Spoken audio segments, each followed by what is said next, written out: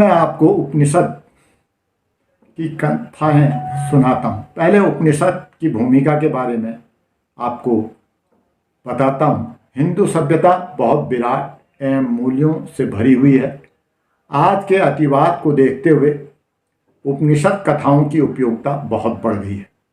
दुनिया में मानव के भीतर विश्वास की भावना जैसे सील खा गई हो, एक और सत्ता की भूख तथा राजनीतिक छीना झपटी की मनोवृत्ति बढ़ गई है। देश के स्वतंत्रता आंदोलन से तपे हुए लोग, जिनमें निस्वार्थ भावना कल्याण की थी, आज उन राजनेताओं का बहुत अभाव हो गया। आज के राजनेता केवल अपने एवं अपने से जुड़े हुए लोगों के लिए धन बल, सत्ता बल प्राप्त करने की होड़ लगी हुई है। ऐसी दशा में उपनिषदों का ज्ञान अति आवश्यक होगा।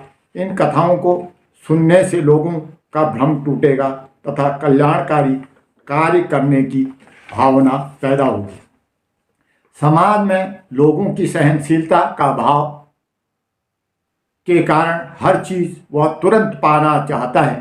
केवल मैं की कल्पना पैदा हो गई है। उपनिषद में कहा गया है, ब्रह्म सत्य जगत मिथ्या।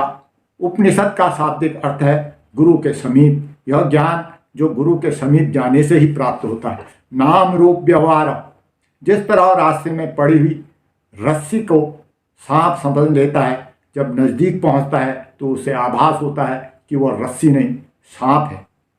इसी तरह रेगिस्तान में रेत की ढेर को दूर से वह देखता है कि जैसे वहाँ पानी हो, लेकिन जब वो सामने जाता है तो वहाँ पानी नहीं होती है, रेत का ढेर जो चमक रहा है।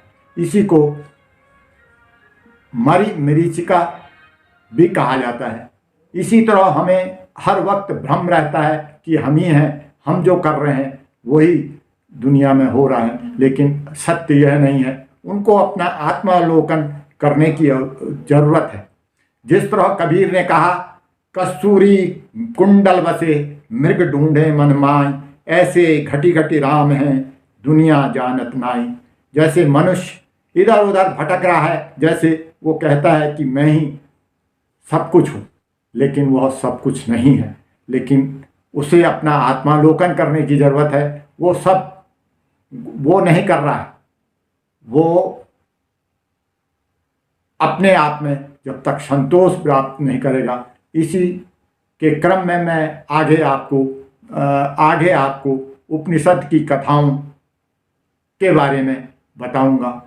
उन कथाओं में आपको किस तरह लोगों में घमंड हो जाता है, किस तरह देवताओं और दानवों के दर्प भंग होता है। आगे कठोपनिषद की कथा, यम और नचिकेता की कथा, इसी तरह आगे बहुत सी कथाएं मैं आपको क्रमवार सुनाने का प्रयास करूंगा। मेरी यह भावना रहेगी कि किस तरह आप लोगों में जन साधारण में उपनिषद की कथाओं का प्रचार और प्रसार हो सके।